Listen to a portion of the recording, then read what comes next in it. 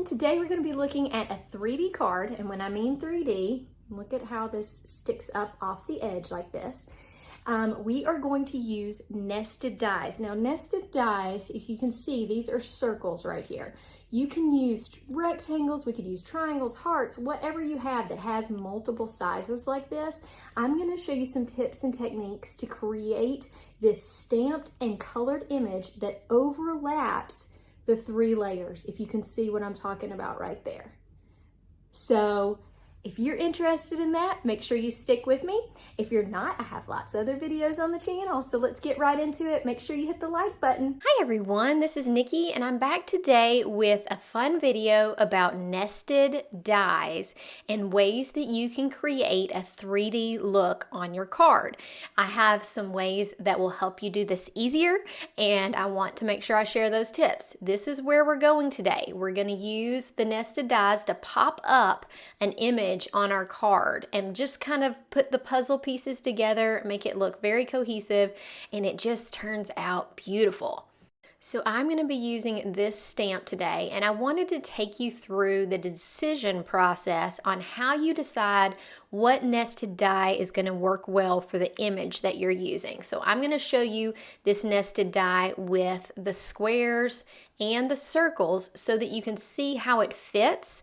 And of course you can do whatever you want. You've probably got other nested dies at home. These are just some that I happen to have.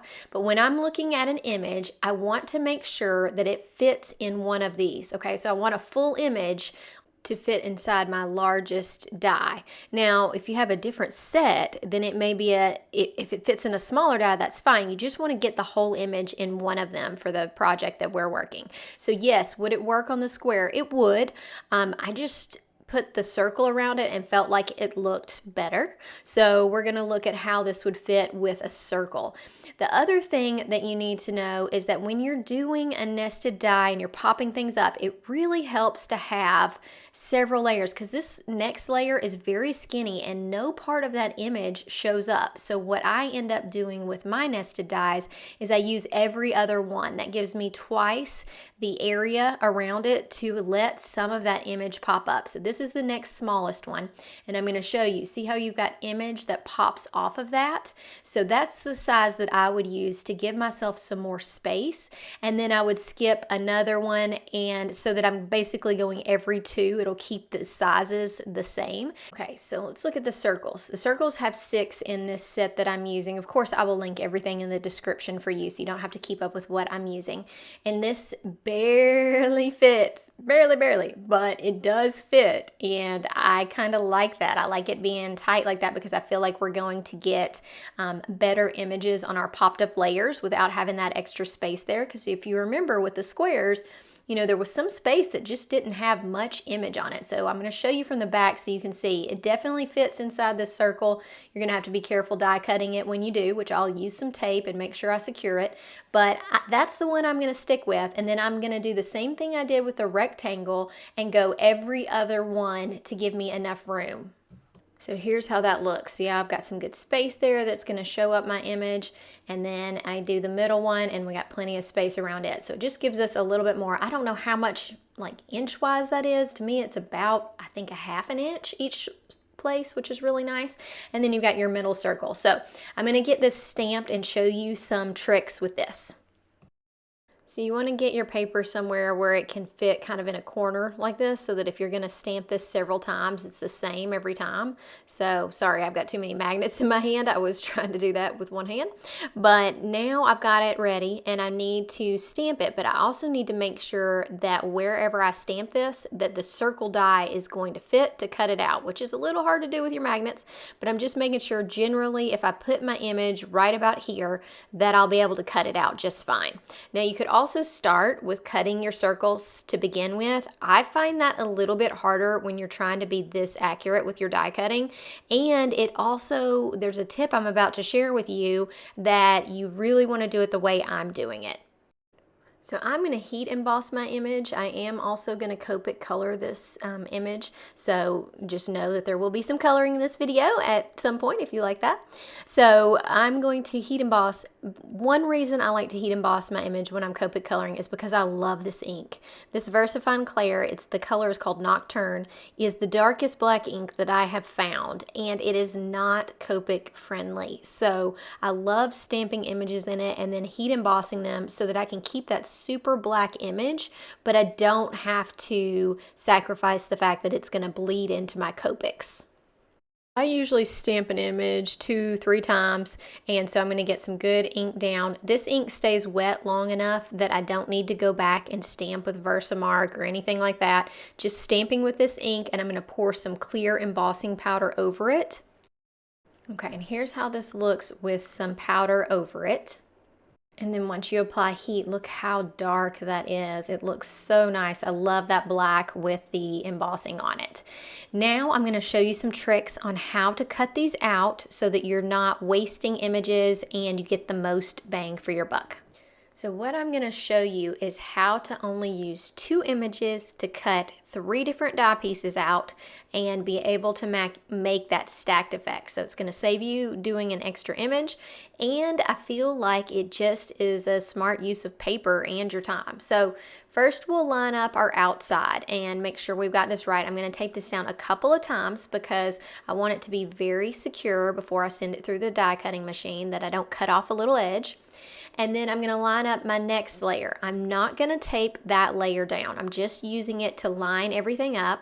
And then I have my center. I am going to tape the center down. So this larger outside circle is going to be behind these stacked up areas. So if I cut the middle out of it, nobody's going to know. It's going to be covered up. So it saves you a whole image, and it's just a really nice idea to do. So I'm going to go ahead and tape down my center, and then I'm going to remove that second layer. We'll use our other image for that second layer.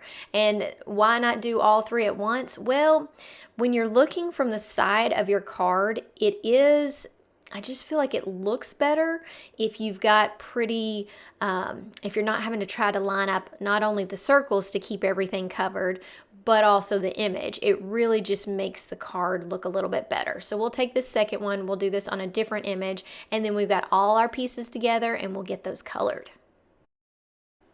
I will speed up the coloring some, but I just want to show you that I'm using R29 as my darker color, and then I'm going to use R22. I do think it's best to color everything at the same time. That way you're getting the same number of coats and the same highlights, so that you've got, if the little image runs off of the paper, that you're coloring things the same. It just really gives it a nice cohesive look. So I tried to, before I started coloring this image, assign colors to certain parts of it. I know that I want the little hearts, the berries, these little extra things at the bottom to be a combination of R22 and R29. And when I'm doing this coloring, could you just stack your images up on top of each other in color? You could, but remember, Copic markers a lot of times go through the paper. So I'm just doing it to look, and sometimes that means I'm coloring something that doesn't need to be colored. The image I'm doing right now is going to be on the very top, and if you look at the second smallest image with the middle one, I had already colored these little hearts, but I didn't realize they were actually going to be on the front. So I didn't need to color them on the other one. Good practice, but sometimes that happens. I still am pretty good about keeping my coloring to what is actually going to show up so that I'm not coloring this entire image 3 different times. Next, we're going to start with R22, and I'm only going to use R22 and R20, so like a lighter version of what I've done with the red. And that's a quick trick to just making sure that your card really blends well together. Is I've used R22 as my base for the red bow and a lot of the other things, and now I'm going to use it as the darker color on this item. And I just feel like that makes your card really flow together well. So I'm going to color these in, and I'm going to add some details to them with my darker marker. I'm just getting my darker areas colored, and then I'll go back in, I'll do some shading with R20, and then I'm going to come back and try to add more detail to these with some dots and some thin lines that just make it look like the veining and some difference in the petals. I just think that really makes your flowers stand out. So I'm shading these in with the R20, and then I'm going to hold it up to my other piece because it looks to me as if this flower overlaps and will be able to be seen on the other side. So I need to make sure I get that outside edge and do it in the same colors as I'm doing this. So I pay attention to how many layers I put on it. I pay attention to where my highlights are. You can see there's going to be an edge of that flower, so I'm going to need to go in and color this. Okay, now I know I need to color this, so I'm going to go with the same process, making sure I'm using the R22 for the darker areas and the R20 for the lighter areas. And basically, you just need to do a lot of looking at your image and stacking it on each other to make sure that you're not missing any parts. So this is a bottom of a flower, and I have to stack it on the other one to know what part it goes to, and also to color the other flower in the same way. So once this flower is done, I'm still going to stack it up, and I'm going to look at both layers. So this layer looks like it's fine. I don't see any parts that are sticking out when I line it up. And then I need to do and see what the top layer looks like next. But it's basically like a puzzle piece. You just want to make sure you got all those edges covered, really be very thorough with it. Okay, here it is stacked up. You can see I'm going to need to do some of the edges of that pink flower. So I'm going to finish those, and then we'll move on to our next color. Okay, I'm going to show you these colors, and then I'm going to show you how I added details. So we did BG11 as my lighter blue-green color, and then I'm going to use BG13 as my darker. And I'm going to use this for most of the leaves and the greenery in this picture. So I'll have to do multi-layers, and you know how that goes. This is basically going to create the same kind of shadowing that I did for the other parts, and I'm gonna zoom ahead and show you how I added some details to these flowers with Copic markers, and also how I added detail with a white pen to really make this image stand out.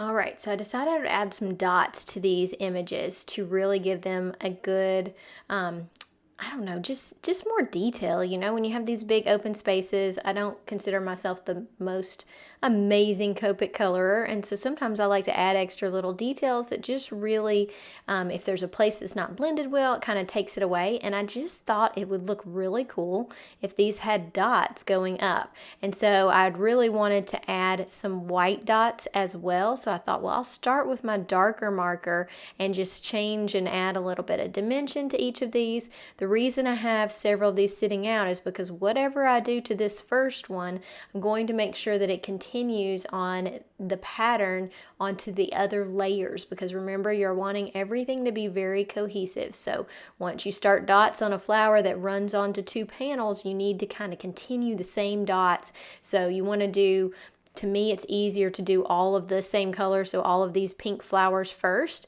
and then I can go back and add details to my red, and then I'll add details to that more teal color that we've been using.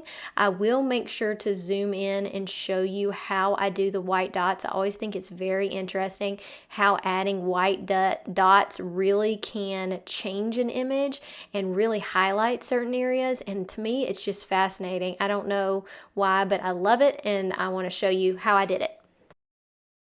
I really like how the dots turned out on this bow too, so I was going to show you that really quick. And then I will of course do them on some of the green just so that everything is cohesive, and then we'll start doing our white dots. Okay, so here's how these look stacked up. They look fine just like that, but I wanted to add those white gel pen dots. I like this jelly roll pen. It is just easy to make dots. It's a size 10, so it's going to make a little bit bigger dots. They have size 5, 8, and 10, and I almost always use an 8 or a 10 to get my dots. The 5 is a little finer, and you can use it, but I feel like I don't get much of a dot from it, so that's why I tend to pick these others. As far as dots go, you can really just kind of do what you want. Sometimes I do little lines, sometimes I add little dots, and I'm just trying to kind of brighten up areas of this.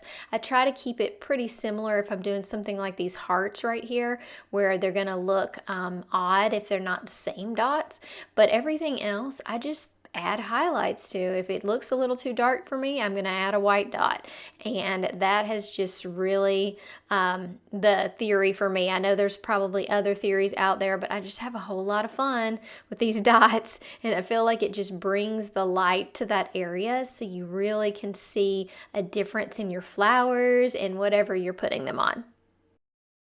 So now I need to get the sentiment ready, and I'm going to use that same VersaFine Nocturne. I'm going to heat emboss it. So using that clear embossing powder, I did go ahead and put my first layer down because I wanted to make sure I had the sentiment where I wanted it to be, which means just being careful with that. And look how beautiful it looks. So now it's all about the foam tape. We're going to add foam tape to these two pieces, pop them up, and that gives you your 3D look. Quick tip when you're doing this, I usually add some glue to the foam tape, especially if I'm putting something this intricate together, because I need all of these lines to match exactly, and that allows me to slide the foam tape around a little bit once I put it down and get everything lined up perfectly. So it just gives you that little bit of wiggle room. You don't want to overdo it with the glue and get it everywhere, but it's very nice with foam tape to be able to adjust as I'm doing right now to get everything lined up. I did the same with this second piece, and that gives you your 3D look. All that's left to do with this is to back it with some really nice black paper. All right, we're going to back this with some Altenew Jet Black cardstock, which is one of my favorite blacks. I'm still waiting to try some other people swear by Hero Art, so I'm going to try that one at some point soon. And I've also got some new things coming up in the new year using some of the Tim Holtz Dark Black. But right now, this is my favorite. I love all the dimension on this card. I hope you enjoyed this process. I am going to link at the end a video that I think you will be interested in. If you like this process and maybe you don't want to do quite as much coloring or you don't have any nesting dies, I'm going to link a video that you can do this with just a paper trimmer. So that will be linked at the end screen, and I hope to see you guys again on the channel soon. Have a great day. Bye.